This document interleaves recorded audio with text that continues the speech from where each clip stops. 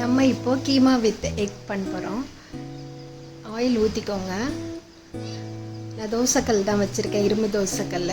Oil ஊற்றிட்டு இஞ்சி பூண்டு பேஸ்ட் போடுங்க. அப்புறம் ஒரு ஆனியன், பெரிய ஆனியனை பொடியாக சாப் பண்ணியிருக்கேன், அது போட்டிருக்கேன். தேவையான அளவுக்கு சால்ட் போட்டுக்கோங்க.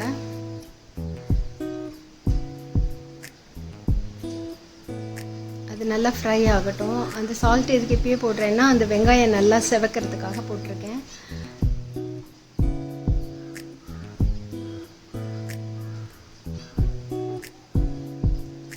மஞ்சத்தூள் போட்டுக்கோங்க.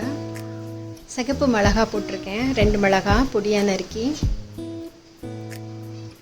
காரத்துக்கு. அப்புறம் ஒரு பச்சை மிளகா. அது எதுக்கு போட்டிருக்கேன்னா இதெல்லாம் கொஞ்சம் கலர்ஃபுல்லாக இருக்கும் பார்க்கறதுக்கு, அதுக்கு தான் போட்டிருக்கேன். 2 கலர் போட்டிருக்கேன் நான். நல்லா வதக்குங்க. அது தோசைக்கல்ல போட்டு பண்ணும்போது அது நல்லா இன்னும் கிறிஸ்பியாகவும் நல்லா டேஸ்ட்டாகவும் இருக்கும். அது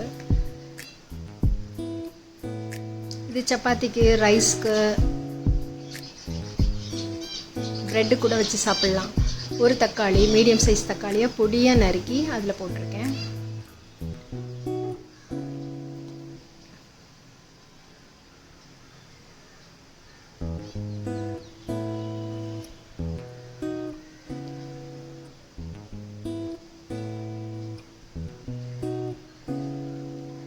சில்லி பவுட்ரு கொஞ்சம். ஆல்ரெடி 4 மிளகா போட்டிருக்கிறதுனால சில்லி பவுட்ரு கொஞ்சம் போட்டிருக்கேன். தனியாத்தூள் 1 ஸ்பூனு. எல்லாம் கொஞ்சம் கொஞ்சம் போட்டால் போதும்.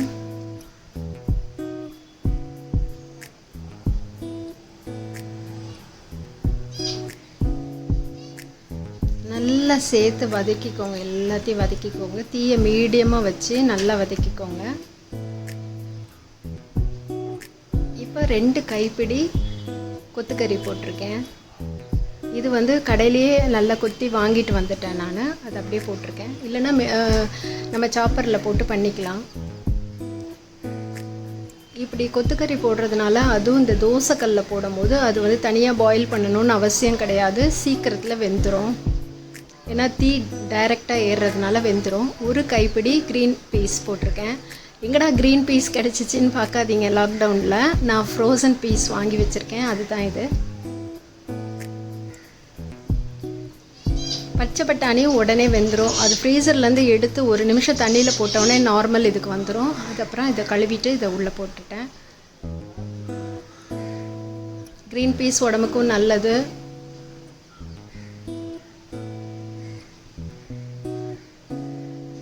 மீடியம் தீயில் வச்சு வேக வைங்க. அந்த கறியெல்லாம் வேகணும். 2 முட்டை உடச்சி ஊற்றிக்கோங்க. இது முட்டை போடாமலும் பண்ணலாம். இப்போ கொஞ்சம் கீமா இருக்கிறதுனால நான் முட்டை போடும் போது இன்னும் அது வந்து கொஞ்சம் குவான்டிட்டி ஜாஸ்தியாக கிடைக்கும். இந்த முட்டையும் நல்லா வேகிற அளவுக்கு நல்லா கிளறி விடுங்க.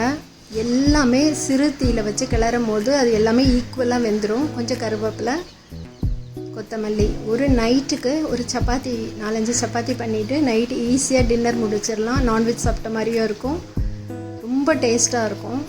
ப்ரெட்டுக்குள்ளே நடுவில் சாண்ட்விச் மாதிரி வச்சு சாப்பிட்லாம், ரைஸ்க்கு தொட்டுக்கலாம், எல்லாத்துக்குமே நல்லாயிருக்கும்.